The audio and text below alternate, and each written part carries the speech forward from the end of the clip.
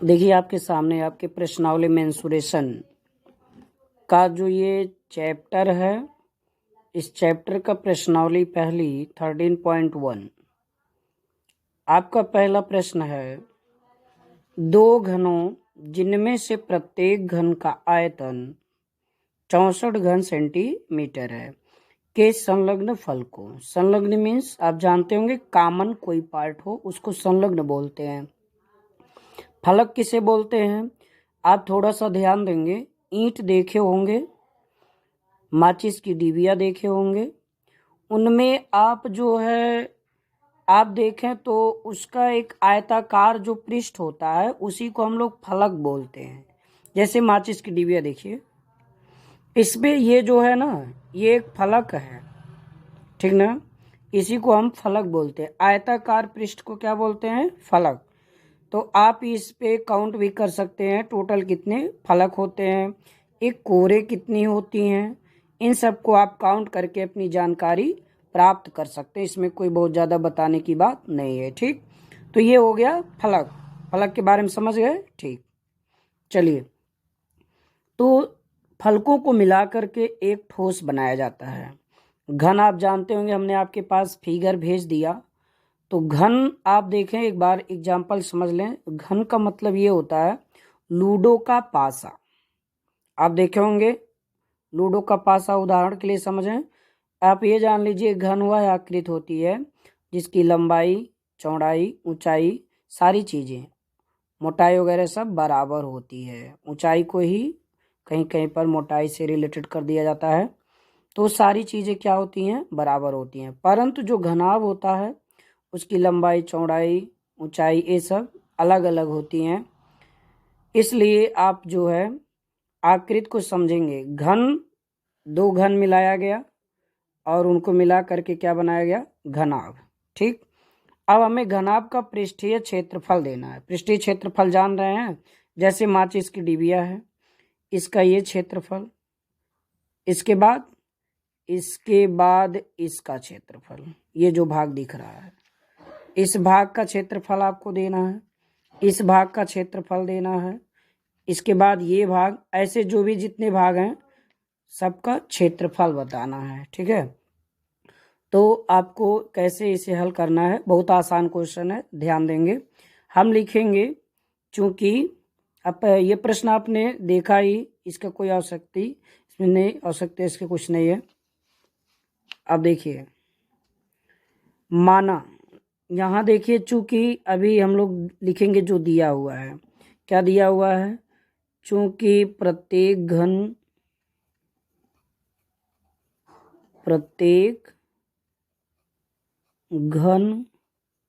का आयतन, प्रत्येक घन का आयतन कितना है? 64 घन सेंटीमीटर। आयतन को घन इकाई में यानी घन मात्रक में आप पढ़े ही हैं, और क्षेत्रफल को वर्ग इकाई यानी वर्ग मात्रक में निकाला जाता है। अब हम लोग आयतन से, चूंकि अभी आयतन दिया, इसकी भुजा निकाल लीजिए। तो प्रत्येक, इसलिए प्रत्येक घन की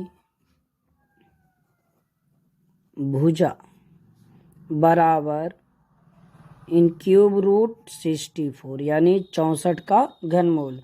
चूंकि आप सूत्र पढ़े होंगे, ध्यान देंगे, थोड़ा सा यहाँ समझ लीजिए। चूंकि आप जानते हैं कि आयतन बराबर होता है भुजा की पावर कितनी? 3। भुजा की जो पावर हो वो कितनी हो? 3 हो। आप जानते हैं ये क्यूब का ट्रांसफर करेंगे तो आयतन का क्या हो जाएगा? घनमूल। जो भी आयतन हो ये है, और इधर क्या बचेगा? भुजा। तो इस प्रकार से हमने यहाँ लिख दिया भुजा बराबर इसका 64 का क्या? घनमूल, ठीक है। तो आप सब जानते हैं कि 64 का घनमूल कितना होता है?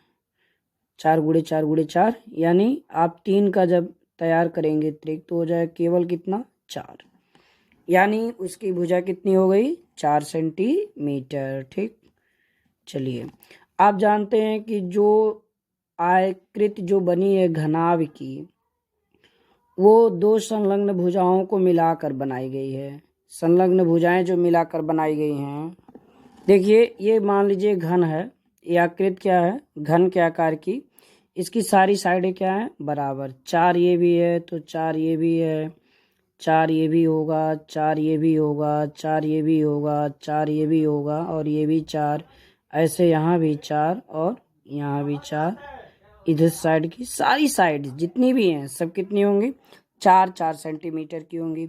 परंतु कह रहा है वो जो संलग्न भुजा, देखिए संलग्न भुजा यहीं पे आप फिगर देखें, ऐसे एक घन इधर बना दिया गया हो और उस घन में ये जब आप बनाएंगे आगे फिगर तो ये संलग्न भुजा कहलाएगी।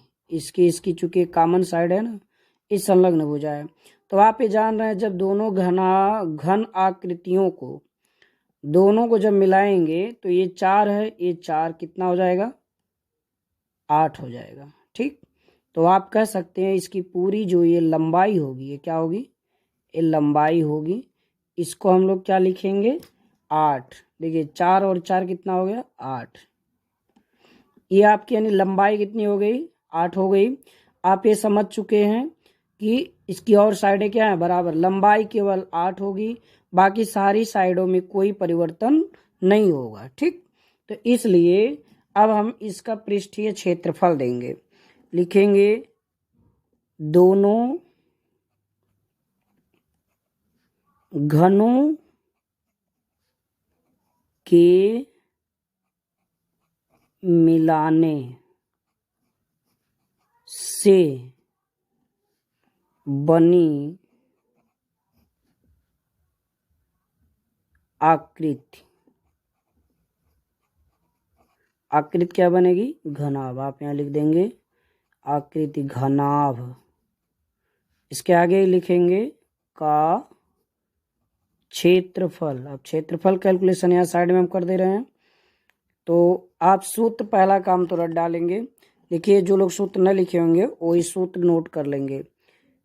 एक घनाभ कोई भी हो, अगर उसका पृष्ठीय क्षेत्रफल देना है तो ये सूत्र याद होना चाहिए, 2 गुणे लंबाई गुणे चौड़ाई और गुणे यहाँ प्लस के बाद ये जो आपका हो गया चौड़ाई गुणे हाइट यानी ऊंचाई और प्लस लिखेंगे यानी LB plus BH plus HL। HL का मतलब ये होता है हाइट और लेंथ।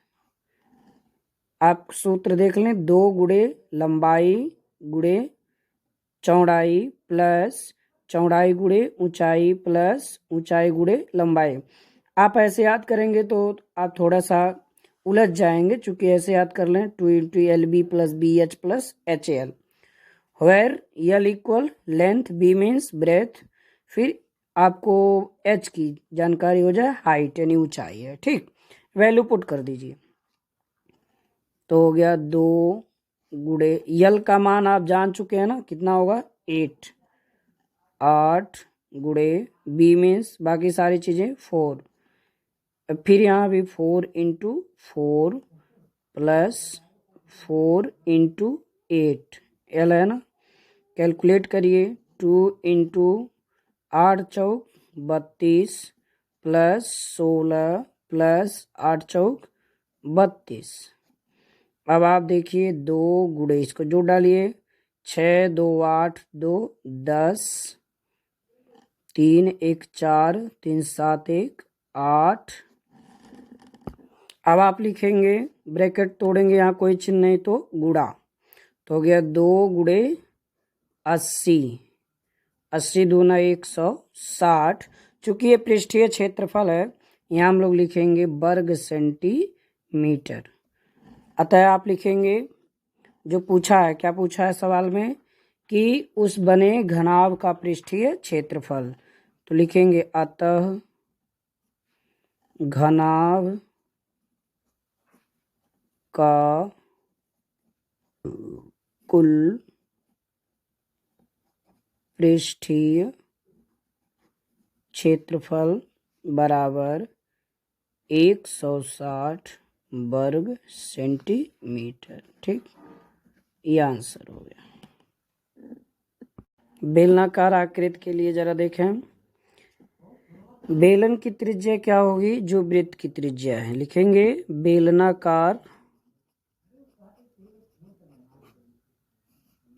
बेलनाकार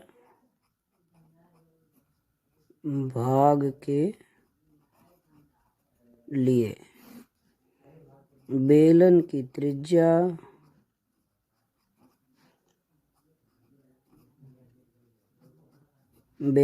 त्रिज्या r बराबर 7 सेंटीमीटर। बेलन की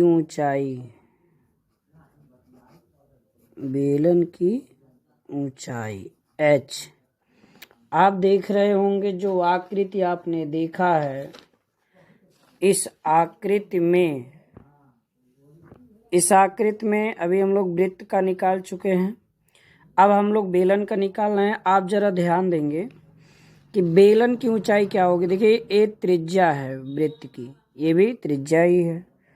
तो जो इधर ये है, जो ये दूरी है, ये कितनी होगी, इसके त्रिज्या के बराबर, क्योंकि इसका जो ये चाप ऐसे चल रहा है ना अर्धगोले का, ये उतने जाएगा जितनी इसकी त्रिज्या होगी। तो ये 7 होगी। कितनी होगी, 7।